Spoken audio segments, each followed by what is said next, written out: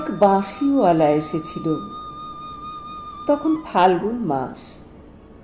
গাছে গাছে কত রং, কত শোভা, কত পাখির কলতান। নদীতে কি অপরূপ ছায়াময় ঢেউ, দূর পথে কি মায়াবী আলো, বাতাসে কি সুগন্ধ। এক বাঁশিওয়ালা এসেছিল।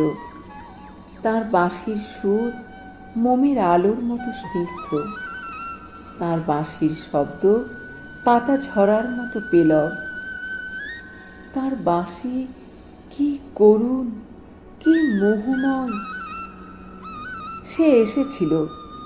জানলার পর্দা উঠল হাওয়ায়, দুয়ারের আগল গেল খুলে, বাগানের গাছের পাতার ডালে ছড়িয়ে পড়ল প্রজাপতির মতো রঙিন গান। আমার তখন অনেক কাজ, অনেক ঘর সংসার, সমাজ, পরিবার, দায় দায়িত্ব, অনেক অনেক। মনটা আনচান করে উঠল। ভেতর থেকে কে যেন ঠেলা লাগালো, যাও যাও, দেরি করো না। কিন্তু আমার দেরি হয়ে গেল।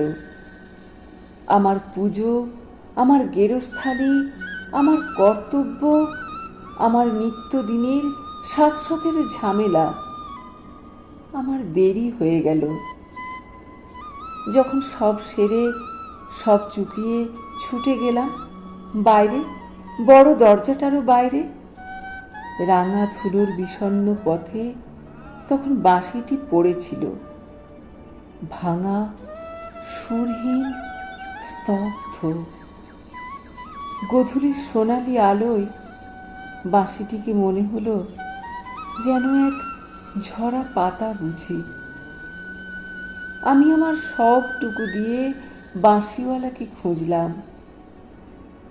সন্ধ্যা লগনে আকাশে ফুটে ওঠা প্রথম তারাটি বলল, আমি এখানে।